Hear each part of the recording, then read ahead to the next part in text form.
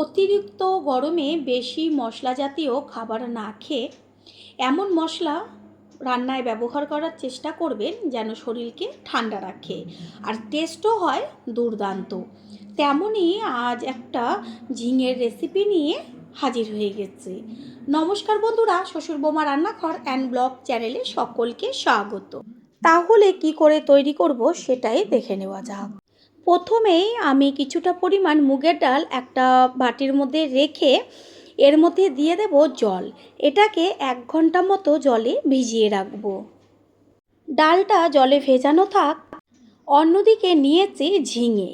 এবার ঝিঙেগুলোকে গায়ের থেকে খোসা ছাড়িয়ে তারপর কেটে নিয়ে ফিরে আসছি। ঝিঙেগুলোর গায়ের থেকে খোসা ছাড়িয়েছি আর কিছুটা পরিমাণ খোসা রেখেছি, কারণ ঝিঙে তো একদম নরম হয়ে যায় সেই কারণে। আর যতটুকু খোসা রয়েছে সেটা আবার হালকা করে একটু চাকু দিয়ে চেঁচে দিয়েছি, এতে খেতে ভালো লাগবে। এইখানে আমি যে মুগের ডালটা 1 ঘন্টা মতো জলে ভিজিয়ে রেখেছিলাম, দেখাই যাচ্ছে যে মুগ ডালটার কালারও চেঞ্জ হয়ে গেছে, ফুলে গেছে। এবার 5-6 বার জল দিয়ে ধুয়ে তারপর মিক্সিং জারে রেখেছি। এর মধ্যে দিয়ে দিচ্ছি ঝালের জন্য 2টো কাঁচা পাকা লঙ্কা। তারপরে জল ছাড়াই সম্পূর্ণটা পেস্ট করে নেব। ডাল পেস্ট করে নেওয়া হয়ে গেছে, এবার একটা পাত্রে তুলে নিচ্ছি। দেব কালারের জন্য হলুদ গুঁড়ো আর কালো জিরে 1/2 চা চামচ পরিমাণ, আর দিয়ে দিচ্ছি পরিমাণ মতন লবণ। দিয়ে এবার একটু সময় নিয়ে ডালের পেস্টটাকে ফেটিয়ে নেব। গ্যাসের ওভেনে কড়াই বসিয়ে কড়াইটা গরম করে নিয়ে দিয়ে দিচ্ছি সাদা তেল। তেল গরম হয়ে গেছে, এবার গ্যাসের ফ্লেম একদম লোতে রেখে প্রথমে চামচ দিয়ে বেশ চ্যাপটা চ্যাপটা করে তেলের মধ্যে দিয়ে দেব। চামচ দিয়েও দিতে পারেন, আবার হাত দিয়েও দিতে পারেন। আমি সব কটাই বেশ হাত দিয়ে একদম ছোট ছোট করে সুন্দরভাবে তেলের উপরে দিয়ে দিচ্ছি। নিচের পিঠটা কিছুক্ষণ হওয়ার পরে উল্টে দিতে হবে ওপরের পিঠটা হবার জন্য। আর গ্যাসের ফ্লেম মিডিয়াম টু লো করে বড়াগুলোকে ভাজতে হবে। নিচের পিঠটা কিছুক্ষণ হওয়ার পরে কালারটা চেঞ্জ হয়ে গেছে, উল্টে দিয়েছি এবার ওপরের পিঠটা হবার জন্য।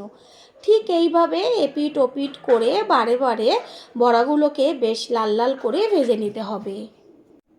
বড়াগুলো ভাজা হোক, অন্যদিকে একটা মশলা তৈরি করব। তার জন্য মিক্সিং জারের মধ্যে দিয়ে দিয়েছি পোস্ত, আর দিচ্ছি 1.5 চা চামচ পরিমাণ সাদা তেল। দেব চিনে বাদাম। এগুলোকে জল ছাড়া শুকনো অবস্থায় পেস্ট করে নেব। জল ছাড়া পেস্ট করা হয়ে গেছে, এবার ঝালের জন্য দিয়ে দিচ্ছি পাকা লঙ্কা আর দেব জল। ভালো করে পেস্ট করে নেব। বড়াগুলো ভাজা হয়ে গেছে, এবার এইগুলোকে তুলে নেব। বড়াগুলো তুলে নিয়ে ওই কড়াইতে দিয়ে দিচ্ছি সর্ষের তেল।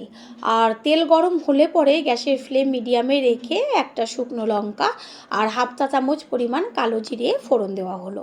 ফোড়নটাকে বেশ ভালো করে ভেজে নেব 30 থেকে 40 সেকেন্ড সময় নিয়ে। ফোড়নটার থেকে সুন্দর গন্ধ বেরোচ্ছে। এবার এর মধ্যে দিয়ে দেব ওই যে কেটে রেখেছিলাম ঝিঙেগুলোকে, সেই ঝিঙে। আর ঝিঙে দেওয়ার সাথে সাথে গ্যাসের ফ্লেম হাই করে দিতে হবে। দেব কালারের জন্য হলুদ গুঁড়ো, আর এখন কোনো রকম লবণ ব্যবহার করব না, কারণ ঝিঙে থেকে এমনি জল বেরোয়, আর লবণ যদি এখন ব্যবহার করি তাহলেই আরও জল বেরিয়ে যাবে। সেই কারণে গ্যাসের ফ্লেম হাই করে ঝিঙেগুলোকে বেশ লাল লাল করে ভেজে নেব।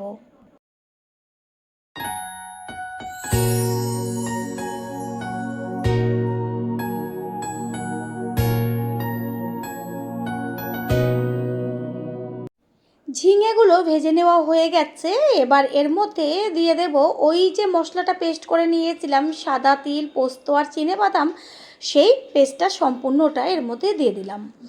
মশলা দেওয়ার সাথে সাথে গ্যাসের ফ্লেম মিডিয়ামে রাখতে হবে। দেব স্বাদের জন্য লবণ। লবণ তো আগে ব্যবহার করিনি, আর ঝিঙের থেকে যেহেতু সম্পূর্ণ জলটা টেনে গেছে এবার লবণটা দেওয়া হলো।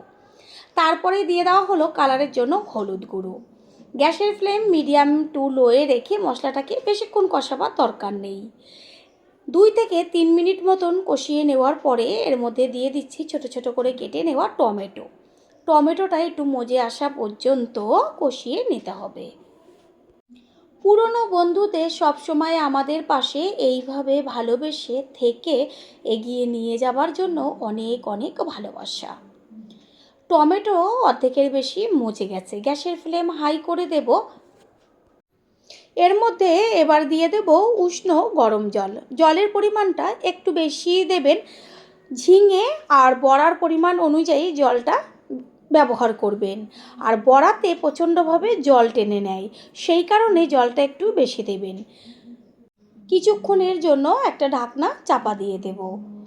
প্রথমবার যারা আমাদের চ্যানেল ভিজিট করছেন তাদের আন্তরিক শুভেচ্ছা ও অনেক ভালোবাসা।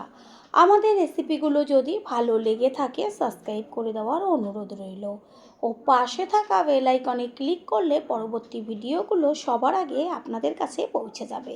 কিছুক্ষণ বাদে ফিরে এসে ঢাকনাটা সরিয়ে দিয়ে তারপর ঝোলটাকে একটু নেড়েচেড়ে নিয়ে এরপরে যে বড়াগুলো ভেজে রেখেছিলাম সেই বড়া সবগুলো দিয়ে দেব।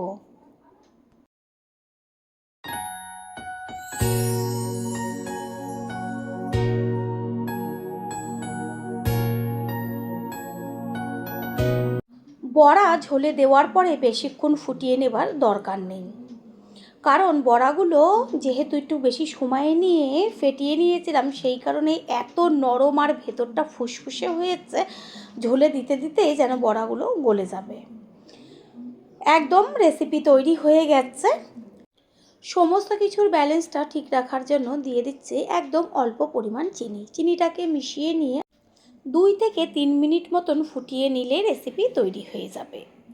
গ্যাস অফ করে দেবো আর সবশেষে দিয়ে দিচ্ছি ওপরে ছড়িয়ে কাঁচা সর্ষের তেল। তেল মিশিয়ে নিয়ে গ্যাস অফ করে ঢাকনা একটু কিছুক্ষণের জন্য চাপা দিয়ে দেব। একটু বাদে ফিরে এসে কড়াইয়ের ঢাকনাটা সরিয়ে দিয়ে সম্পূর্ণ লুকটা দেখিয়ে দিচ্ছি। কতখানি ঝোল রেখেছিলাম আর বড়াগুলো দেওয়ার জন্য অর্ধেকের বেশি ঝোল টেনে গেছে। গরমের মধ্যে যখন কোনো কিছুই খেতে ইচ্ছে করে না, তখন যদি দুপুরবেলা খাবার পাতে বা সকালে রাতে যে কোনো সময় ভাত রুটি পরোটার সাথে একদম জমে যাবে। আশা করি রেসিপিটি ভালো লাগলো, আর যদি ভালো লেগে থাকে একটা লাইক কমেন্ট পারলে একটা শেয়ার করে অবশ্যই জানাবেন। আপনাদের দেওয়া একটা লাইক ও লাইকের পাশে থাকা হাইপ আর একটা শেয়ার আমাদের কাছে অনেক অনেক গুরুত্বপূর্ণ। All friend, thanks for watching my video. আপনারা সকলে ভালো থাকবেন, সুস্থ থাকবেন। আবারও দেখা হবে অন্য কোনো রেসিপির এপিসোডে।